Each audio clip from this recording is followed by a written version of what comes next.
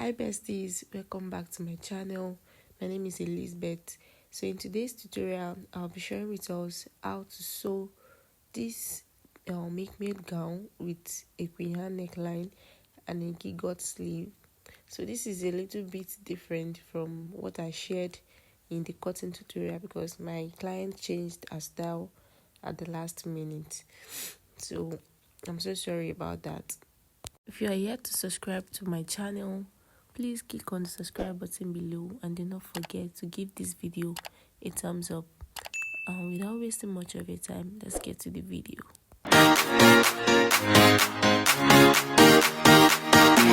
For this style, I'll be making use of 3.5 yards of a crepe fabric, and I've gone ahead to cut out my pattern on my fabric.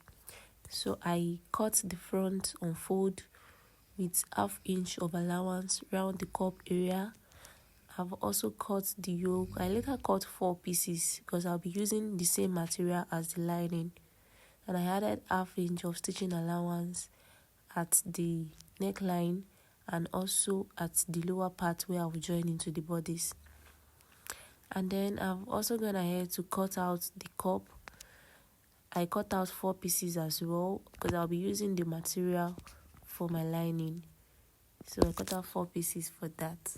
I also cut out my back pieces. I cut 2 of that, and then I cut facing for it. I'm going to be using facing to turn the neckline. So I cut 2 pieces of that too.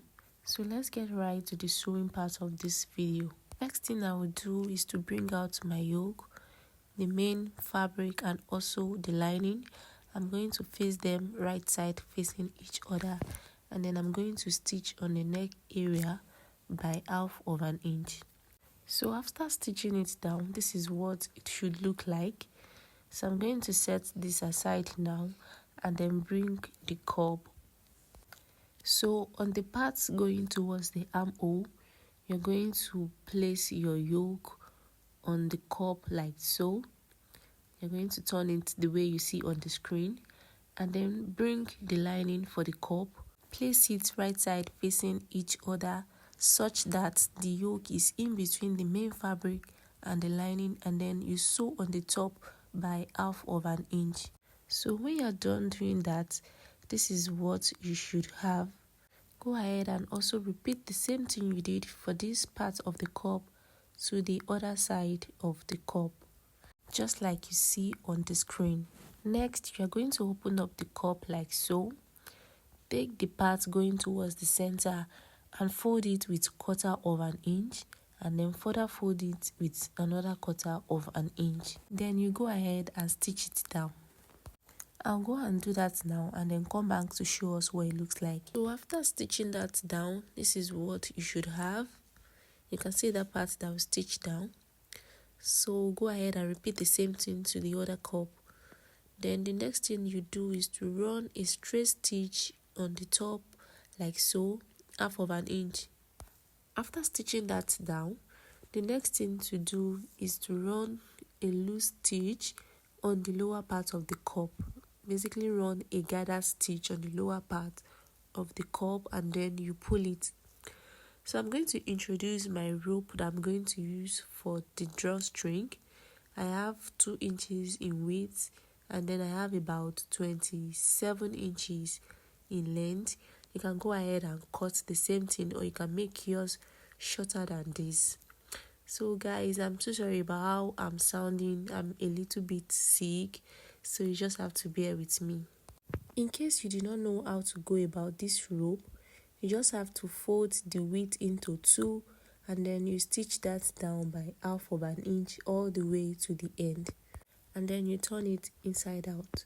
So after running a gather stitch and pulling it, this is what it looks like. And I've also gone ahead to fix my rope in that channel that we created at the top of the cup. So whatever you do to one cup, you do the same to the other cup. So I've gone ahead to stitch one of the cup to my bodies. So I'm just going to demonstrate how I did that with this other cup. So basically just take one of the cups and then locate the center of the bodies, then place your cup on the bodies like so.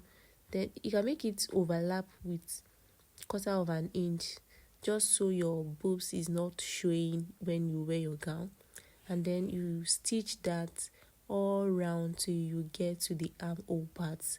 So I'm just going to do that and then show us what it looks like. After attaching the curve to the bodies, this is what you should have. You can see that part is a little bit overlapping. So because I'm not feeling too well, but I still have to post this video, I've gone ahead to join my back pieces off camera. I stitched the facing to the bodies and I also fixed my zipper. So the next thing you want to do is to place the front piece and the back piece together, right side facing each other like so. And then you don't join them on the shoulder area by 1/2 inch, and then also join the size by whatever stitching allowance you gave while cutting so this is what it looks like after stitching everything together. So I also attach a half circle skirt to the bodies of this dress.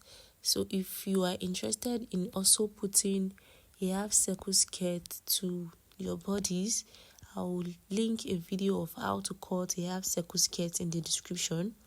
But if you do not want that, you can go ahead and use any lower part of your choice. If you haven't subscribed to my channel yet, please click on the subscribe button below and do not forget to give this video a thumbs up.